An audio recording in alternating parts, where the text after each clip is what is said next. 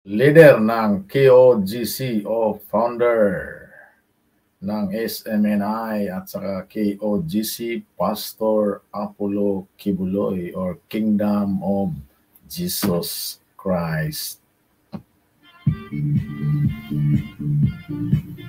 Ito yon ang namahala sa loob ng napakahabang panahon na kanyang binubuo ang kanyang grupo na KOGC. At sa ngayon po ito ay nagtagumpay, yumaman at umusbong at dumami ang kanyang membro. Sa kasalukuyan po nasa 7 million ang taga-sunod kay Pastor Apollo Kibuloy.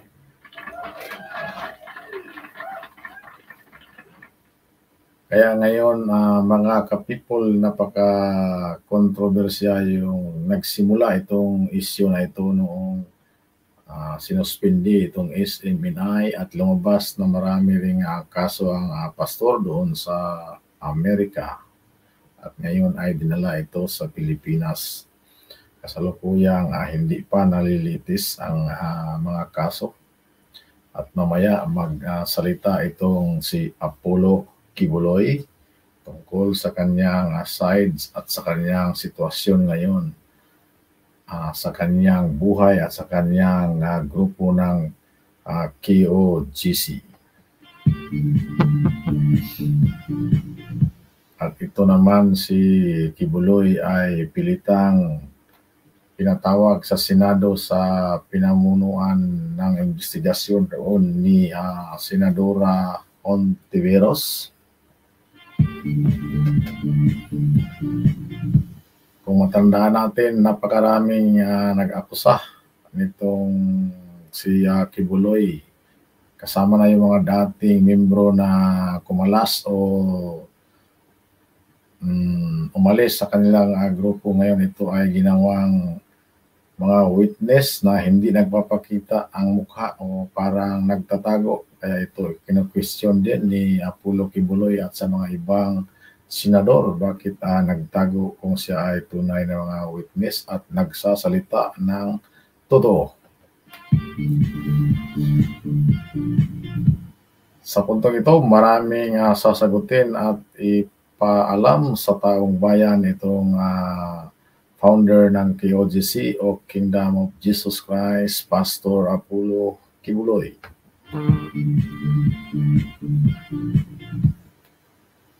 Tungkol ito lahat sa mga isyu at kaso na kanyang hinaharap o maraming nagka-interes sa kanyang grupo at sa kanyang yaman.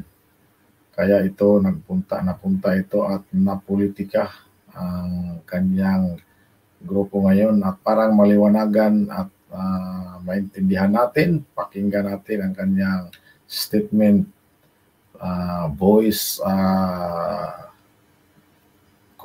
voice lang kasi hindi niya ipinapakita ang kanyang mukha sa kasalukuyan kasi ay sinabi niyang nanganganib po ang kanyang buhay ngayon. Matindi itong banat niya kasi ang tinitira ay sarili ang ngayong kasalukuyang administrasyon.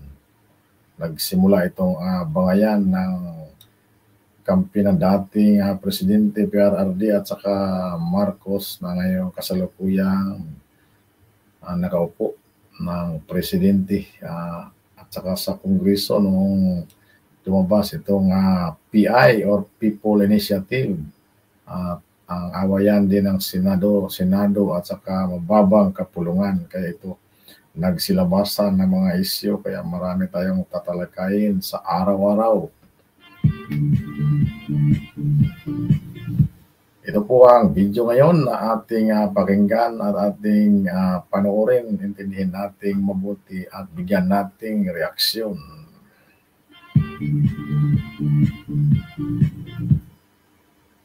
Araw sa inyong lahat. Ang pangungusap ko pong ito ay napakahalaga para sa lahat ng mga kababayan nating Pilipino na makikinig at manonood sa akin, although hindi nakikita ang mukha ko. Ito po si Pastor Apollo Kibuloy, ang appointed Son of God ng Kingdom of Jesus Christ, the name above every name. Sana po press conference ang tatawagin ko ngayon. Pero dahil nanganganib ang buhay ko, ay hindi po muna ninyo makikita ang aking pagmumukha. Ang akin lang po munang boses ang inyong maririnig. Mahalaga po ito na sasabihin ko sa inyo. Mga kababayan, mula po noong 2018, ako ay linigalig na at ang aking kongregasyon na walang dahilan ginawan kami ng kaso doon sa bansang Amerika. Sumunod kami sa batas. Kung kami may sinabi ng violations na hindi pa napatotohanan, iyan po ay nasa kanilang federal court na. Kumuha kami ng 20 lawyer upang pag-usapan ang lahat ng kanilang akusasyon, which is about 43 counts.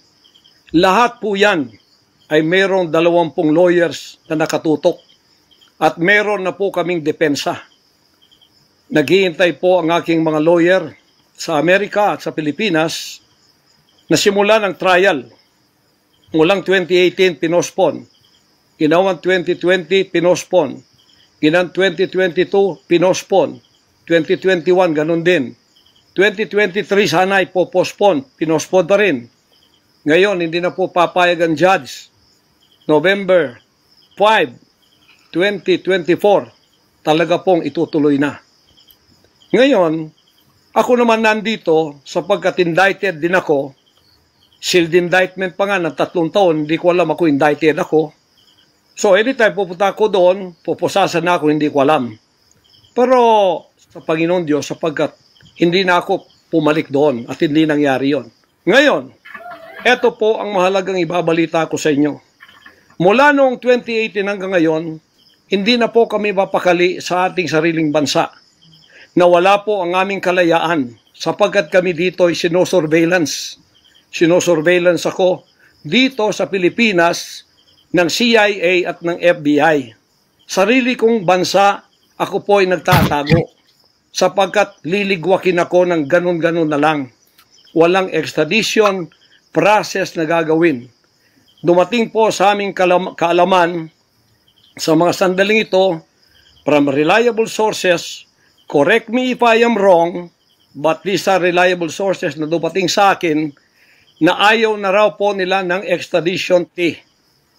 Ang kanila daw pong gagawin ng CIA, ng FBI, ng US Embassy at State Department, kasabwat ng ating gobyerno, ng Pangulong Marcos at ng First Lady at kung sino pa man ang nasa gobyerno, ako ay rendition ng kanilang gagawin. Ang rendition, ang ibig sabihin po, anumang oras pwede lang pasukin ang aking compound at ako ay kidnapin. It's not only rendition but also elimination. If it is possible, pwede nila akong i-assassinate. So, nandun po sa dalawang yun. Kidnapping or assassination. Killing talaga, murder. Yun po ang dumating na balita sa akin ngayon from reliable sources. Ko po ay binigay na sa kamay ng mga banyagang ito ng ating sariling gobyerno ni Pangulong Marcos at ni First Lady Araneta Marcos. Huwag kayong magkaila kung totoo itong sinasabi ko. Angkinin nyo. Kung hindi, i-correct ninyo ako. Sapagkat ang buhay ko ngayon ay nanganganib. Kahit mukha ko, hindi ko pwedeng ipakita sa inyo. Sapagkat ako ay binigay na ninyo sa kamay ng mga Amerikano at gagawin nilang gusto nilang gawin sa akin sa aking sariling bansa. Ang aking 11 compounds, araw-gabi, sinosurveillan ng drone. Hindi po kami makatulog, hindi kami mapakali. Baka yung ginawa nila sa amin noong 2020 doon sa Amerika na bigla kaming pinasok, pinaggigibang pintuan, pinaggigiba ang lahat ng aming pamamahay sa loob, linigwak lahat, ay gagawin nila dito sa aming bansang Pilipinas sa aking mga compound. Saan man po ako naroroon, nandoon sila nakasurveillance sa akin at naghihintay na lang ng tamang pagkakataon upang ako ay kidnapin o kaya patayin o kaya i-assassinate na ganun-ganun na lang. para mawala ako dito sa mundong ito. Na kanilang bakit ako naging hadlang, hindi ko alam. Hindi lang po yun mga kababayan, kundi ang aking leaders lahat kasama na sa elimination. Ito pong aking Board of Administrators, senior leaders, lahat po sila ay pwede na rin nilang patayin lahat. At pagkatapos hindi namin alam kung anong plano nila sa buong properties namin sa Kingdom Nation. Bakit ganito sila kagalit at bakit ganito ang kanilang treatment sa akin na isang appointed son. Ang ministry ko po ay evangelizing the whole world with the Word of God. Hindi ko naman kasalanan ako'y maging kaibigan ng politikong tulad ni Pangulong Duterte, Vice President Sara. Taga Davao po kaming lahat. Lumaki kami lahat dito. Alam ko po ang aking mga kaibigan, sila. Lumaki kami, mayor namin yan, prosecutor pa, naging congressman, naging president. Yan po ang aking pakikipag-ugnayan for nation building. Wala akong ibang interest sa bansang ito, kundi ang pagunlad. Ngayon, ako po ay inuusig. Ako po ay ginigipit. At ako po ay sinasaktan sa lahat ng paraan ng mga false accusation, false allegations na ayaw naman nilang pumunta sa korte. At pagkatapos, ayaw. So ngayon, ito pala ang napakatinding statement ni Pastor Apollo Kibuloy. Ibig sabihin ngayon, nung kaso sa Amerika ay hindi pa nalilitis nung simula nung 2018 hanggang sa kasalukuyan. So ngayon nakatakda na itong i-final na sa judge ngayong November this year, 2024. Hindi na kailangan o hindi na pwedeng may postpone dahil sobrang tagal na. At ito namang kampo ni Kibuloy ay handang-handa na, may dipinsa siya. Sinasabi nila na mayroon silang sa 43 counts na kaso, mayroon silang 12 attorneys, abogado sa Amerika at Pilipinas na handang sumagot dito. At ito pa ang pinakadelikado sa kanyang kalagayan dahil siya ay surveillance na ng FBI or NBI o sa lahat ng mga banyaga, ang sinasabi niya, mga foreigners na from USA. Kaya maganda ito at kailangan nating malaman kung ang mga sinasabi nitong ni Kibuloy ay tama ba, pero nabanggit naman din na ni Kibuloy na kung siya ay nagkamali, ipapurik sa ating mahal na Pangulong Marcos at sa kanyang First Lady kasi ito daw ay nakipagsabuatan dito sa mga banyaga. Hindi niya alam kung bakit siya ginaganito na ang kanyang grupo o ministro ay evangelize ito at para sa mga salita ng Diyos, hindi ito politika. Malinaw yung sinasabi niya. At bakit daw siya ginaganito na siya po'y nakatulong sa mga nangangailangan ng tulong at mga mahirap. At ito ay inaangat ng SMNI or ang QOGC. Din nilang harapin, ay paharap itong mga false accusers na pinagagawa to destroy my reputation para idamay sila Duterte family doon sa kapupuntahan ng mga investigasyong walang kakwenta-kwenta. Hinamon ko na kayo, punta kayo sa korte. Ayaw ninyo, ikaw, Risa Hontiveros, ikaw, kayong tatlo dyan, na nasa kongresong puro leftist. Hinahamon ko kayo, sabi ko, pumunta kayo sa korte sapagkat ang SMNI walang kasalanan, ginurgur ninyo sapagkat idinadawit ninyo kami sa politika. Nalis ninyo ang aming malayang pagpapahayag, ang aming press freedom, pati ang liberty ko na, ang aking freedom, ang aking constitutional rights, wala na po. Palagi kaming nagtatago. Palagi kaming lumilingon sa likod namin sapagkat hinahabol kami. Nakapalibot sa amin at ang reliable sources dumating sa akin. Ang ulo ko po ngayon, may patong na $2 million or 100 million pesos ang ipinatong sa ulo ko. Baka yan ay madagdagan pa kung may maunang makapatay sa akin. Ano ang nangyayari sa bansa natin? Ngayon, mga kababayan, ay meron pa pong gagawin daw sila sapagkat meron na daw silang search warrant. Pagkatapos daw, isi-search ang aming lahat ng compound. At hindi daw kami papayagan na merong witness na sasama. At ang balita namin, kung ito'y totoo, sa reliable source ay nagsasabi na paplantingan daw kami ng bomba, guns, and drugs sa aming mga compound.